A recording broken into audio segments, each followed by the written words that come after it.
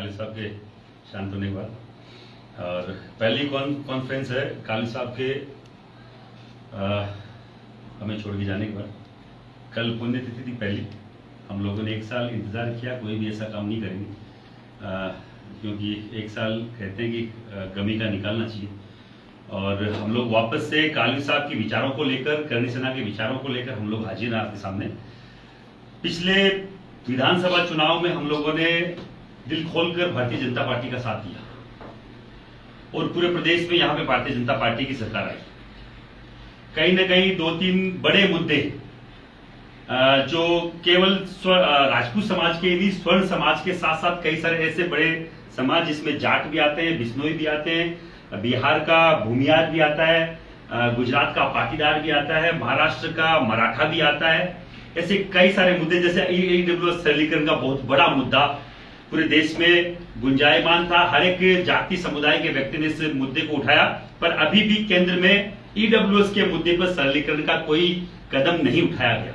बड़ा मुद्दा था, केंद्र को सीरियस लेना चाहिए। अभी भी आचार संहिता नहीं लगी है, लोग कहते हैं ड्राफ्ट बना हुआ है तो उसको पेश किया जाए, बाकायदा सरलीकरण किया जाए, जैसे राजस्थान की गवर्नमेंट ने करा था, स्टेट गवर्नमेंट ने, गुजरात की गवर्नमेंट ने करा था। हम चाहते हैं केंद्र में भी यह सरलीकरण हो जो हरियाणा के जाट को फायदा हो सकता है, राजस्थान के बिश्नोई को जो केंद्र में ईडब्ल्यूएस में आता है उसको फायदा हो सकता है, बिहार के भूमियार को फायदा हो सकता है, गुजरात के पाटीदार को फायदा हो सकता है जो लाखों की संख्या में गुजरात में, महाराष्ट्र के मराठा को फायदा हो सकता है। तो कहीं ना कहीं हर दूसरे साल दर साल आरक्षण की आग में पूरे महाराष्ट्र को जलना पड़ता है।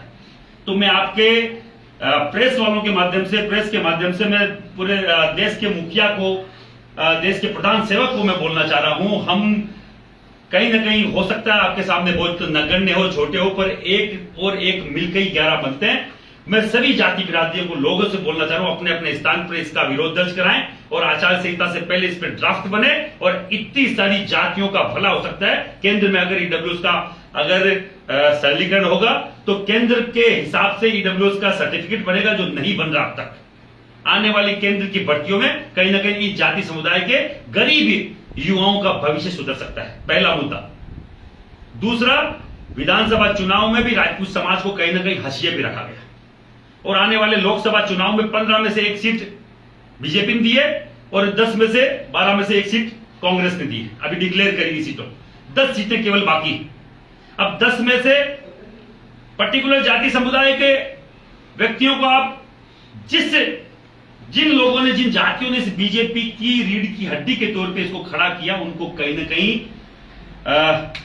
नजरअंदाज किया जा रहा है। कहीं ना कहीं कांग्रेस का हमने पिछली बार यहां साथ दिया, कमल का फूल हमारी फूल बोलकर, तो कहीं ना कहीं हमें कांग्रेस भी नजरअंदाज कर रही है। तो मैं दोनों पॉलिटिकल पार्टियों को आपके चैनल के माध्यम से बोलना चाह रहा हूं, अगर हमारा लोकसभा में कहीं ना कहीं हमारी जो टिकटों की आप लोग अनदेखी कर रहे हैं, हमारे जो राजनेता उनकी अनदेखी कर रहे हैं, हमें लोकसभा में ज्यादा प्रतिनिधित्व नहीं दिया जा रहा है, तो हम लोग इसका विरोध करेंगे। पूरे प्रदेश में नहीं, पूरे देश में 24 राज्यों में करणी सेना है। उत्तर भारत के जिन हिंदी भाषी राज्यों में करणी सेना ज्यादा सतर्क है, हम लोग एक यात्रा निकालना। तीसरा बड़ा मुद्दा, हमारी विचारधारा को लेके एक व्यक्ति काम कर रहे थे इस समाज में, सुखदेव सिंह गोगावड़ी, उनकी हत्या कर दी गई। आज 3-3.25 महीने हो गए, उस पर कोई भी अभी तक ठोस कदम नहीं उठाया गया। अपराधियों को पकड़ लिया गया, उसकी धरपकड़ करके उनके पीछे कौन है उनका अभी तक कोई अता पता नहीं। हमारे जैसे कई नेताओं को वापस से धमकियां मिल रही है, उनको कहीं सिक्योरिटी का अता पता नहीं है। आपके चैनल के माध्यम से मैं फिर बोल रहा हूं, सुखदेव सिंह हत्याकांड में जल्द से जल्द ठोस कदम उठा के बाकायदा समाज को यह बताया जाए कि हमने अभी तक क्या किया है, राज्य सरकार ने क्या किया है। हमने एनआईए की जांच मांगी, आपने दी, उसके लिए धन्यवाद है, पर एनआईए ने अब तक क्या कदम उठाया है सुखदेव सिंह हत्याकांड में, इस पे बाकायदा समाज को रूबरू कराया जाए। इन तीनों बड़े मुद्दों के लेकर, मैं 25 मुद्दों की बात नहीं कर रहा हूं, बहुत छोटे मोटे मुद्दे हैं। इतिहास के संरक्षण को लेकर मुद्दा है, ऐतिहासिक फिल्मों पर बनने वाले, इतिहास में जो बनने वाली फिल्में, उनके सेंसर बोर्ड पर हम लोग कई दिनों से, कई सालों से हम लोग वो मांग उठा रहे पद्मावती के समय से कि एक प्री सेंसर बोर्ड बनाया जाए, वो अभी तक कुछ नहीं हुआ है। आपके चैनल के माध्यम से बोलना चाह रहा हूं, इन 3 बड़े मुद्दों को लेकर हम लोग पूरे देश में एक क्षत्रिय, अस्तित्व यात्रा हम लोग निकाल रहे हैं। क्षत्रिय अस्तित्व यात्रा, क्षत्रिय अस्तित्व यात्रा मतलब क्षत्रिय का अस्तित्व कहीं ना कहीं हम लोग, जो हमें समझ में आ रहा है, पॉलिटिकल पार्टियों की धड़ों में कहीं ना कहीं कमजोर नजर आ रहा है। कमजोर नजर आ रहा है। ईडब्ल्यूएस के आरक्षण जैसे हमें झुंझुनू पकड़ा दिया, पर उसमें हुआ कुछ नहीं है। हमारे शीर्ष नेतृत्व के गोली मार के हत्या कर दी जाती है, उसमें अभी तक कोई ठोस कदम नहीं है। तो मैं आप सब, क्योंकि चौथा स्तंभ प्रेस को बोला जाता है, प्रेस कहीं ना कहीं स्वतंत्र तौर पे इस देश को कहीं ना कहीं कोई भी पॉलिटिकल पार्टियों की लगाम लगानी हो, किसी भी ऐसी कोई भी व्यवस्था जो कहीं ना कहीं समाज में भ्रांतियां पैदा करती हो, समाज में कहीं ना कहीं कोई भी अपराध बढ़ रहा है तो उसको लगाम लगानी हो, तो आप चौथा स्तंभ जो है उसको कहीं ना कहीं मेंटेन करने का काम करता है, कहीं ना कहीं लगाम लगाने का काम करता है। आप चैनल वालों के माध्यम से, इन चैनल के हर एक चैनल के माध्यम से मैं बोलना चाह रहा हूं, इन 3 बड़े मुद्दों को लेकर हम लोग 16 की तारीख को लेकर हर एक स्टेट लेवल पे प्रेस कॉन्फ्रेंस करेंगे 21 तारीख तक, और 27 मार्च से क्षत्रिय अस्तित्व यात्रा हम लोग पूरे देश में निकालेंगे, जिसमें पहला पड़ाव राजस्थान का होगा। राजस्थान के 15 से 18 जिले हम लोग कवर करेंगे, जो बड़े बड़े जिले हैं, और फिर इसी यात्रा को हम लोग यूपी, बिहार, हरियाणा, एमपी, गुजरात हम लोग लेके जाएंगे। हमारे प्रदेश अध्यक्ष जो भी जहां जहां अलग अलग प्रदेशों के प्रदेश अध्यक्ष है, उन सबको चाक चौबंद कर दिया गया है। इस पूरी हम लोगों ने उनको जो भी इसकी रचना है वो लोग हम लोगों ने बता दी है। तो हमारे साथ वहां भी अलग अलग स्टेट में ये क्षत्रिय अस्तित्व यात्रा निकाली जाएगी। और आपके चैनल के माध्यम से बोल रहे हैं, अगर फिर भी ये जितने भी पार्टियां हैं अगर नहीं चेती, तो हम लोग एक स्वतंत्र बड़ा निर्णय इकट्ठा होकर लेंगे, और वो निर्णय 22 अप्रैल को हम लोग राजस्थान की धरती पे लेंगे। उसी प्रकार अलग अलग प्रदेशों के वहां राजधानी के जिला मुख्यालयों पर, राजधानी के मुख्यालयों पर हम लोग लेंगे। लाखों की संख्या में लोग इस मुहिम से जुड़ने को तैयार है। कल से हमने ये मुहिम फेसबुक पे चालू करी, आज आपके माध्यम से एक स्वतंत्र प्रेस कॉन्फ्रेंस करके हम लोगों ने ये अनाउंस किया है। आप बताएं। नेपाल जी, अभी जिस तरीके से आप बता रहे हैं कि ओनली इसमें राजपूत समाज के द्वारा ये रैली में शामिल होंगे लोग, या फिर अन्य जातियों के? क्षत्रिय समाज को अगर कोई अकेला समझ रहा है तो उसकी गलतफहमी है। क्षत्रिय जब पैदा होता है तभी से जो 7 कौम बोलते हैं, 36 कौम आज का शब्द है, 7 जाति बिरादरी बोला करते थे। 7 जाति बिरादरी में नाई, कुमार, माड़ी, ब्राह्मण, हरिजन, ये वो जातियां हैं, सुनार, ये वो जातियां हैं जो राजपूत पैदा होता है तब से उनका साथ चालू हो जाता है।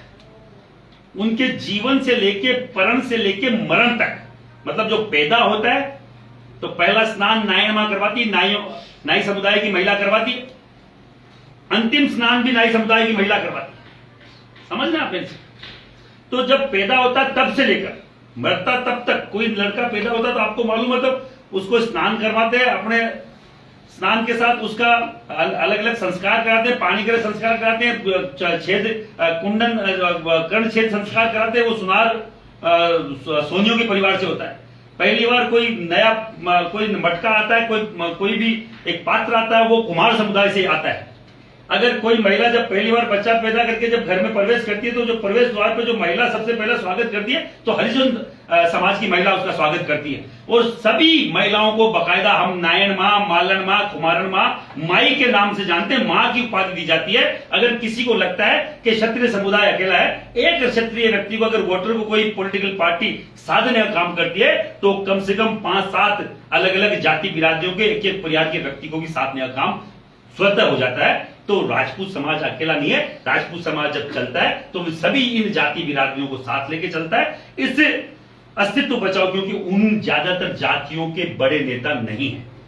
उन जातियों को के कोटे पर्टिकुलर जातियों के लोग खा रहे हैं। उसके साथ हमेशा उन जातियों के साथ राजपूत क्षत्रिय समाज खड़ा है। तो हम उन जातियों को लेकर इस काम को आगे बढ़ाएंगे। यदि आपकी डिमांड नहीं मानी जाती, ईडब्ल्यूएस की जो विसंख्य है उनको दूर नहीं किया जाता है, तो आगामी लोकसभा चुनाव के अंदर आपकी क्या रणनीति रहेगी? स्वतंत्र हम लोग निर्णय लेंगे। हर एक व्यक्ति के मन को टटोला जाएगा, क्योंकि राजपूत समुदाय का ज्यादातर वोटर, अभी आया था एक सर्वे लंबा चौड़ा, अलग अलग चैनलों का आएगा, नाम नहीं बताऊंगा, पर 85 से 95 तक राजपूत समाज का ऑल ओवर इंडिया में जो वोटर है वो कहीं ना कहीं बीजेपी को साथ सपोर्ट करता है। तो बीजेपी को चाहिए उनकी तरफ ये ध्यान दें। हमारा अगर लोकसभा में प्रतिनिधित्व कम किया गया तो हम लोग बाकायदा इनसे पूछेंगे कि हमें क्यों कम किया जा रहा है। अभी यूपी के बड़े बड़े क्षत्रप राजपूत समाज के उनका टिकट काट दिया गया, बिहार के क्षत्रपों का टिकट काट दिया गया, गुजरात में एक भी टिकट न बीजेपी की तरफ से न कांग्रेस की तरफ से अभी तक, हरियाणा में एक भी टिकट डिक्लेयर नहीं किया गया है, राजस्थान में केवल एक डिक्लेयर किया गया है। तो आप देखिए किस तरीके का हमारे साथ व्यवहार किया जा रहा है। ये सोतेला व्यवहार नहीं चलेगा।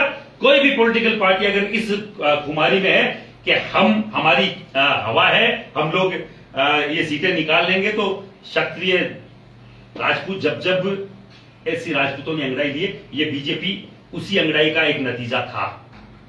जब कांग्रेस ने कहीं ना कहीं क्षत्रियों को दबाने का काम करा तो चाहे वो बीजेपी से पहले की जो पार्टियां थी वो भी राजपूतों के द्वारा खड़ी करी गई और बीजेपी भी कहीं ना कहीं राजपूतों के साथ सहयोग से खड़ी करी गई पूरे देश में। तो हम लोग वो लोग हैं जो कहीं ना कहीं सत्ता बदलने का, सत्ता में कहीं ना कहीं हमारी भागीदारी कम होगी तो उसके खिलाफ बोलने का मादा रखते हैं। हम लोग चाहते हैं हमें प्रतिनिधित्व दिया जाए, हम लोग चाहते हैं ईडब्ल्यूएस में सरलीकरण किया जाए, हम लोग चाहते हैं सुखदेव सिंह जी जैसे बड़े विभिन्न हत्याकांड में ठोस कदम उठाया जाए। ठीक है भाई। कोई सवाल? बहुत धन्यवाद सर।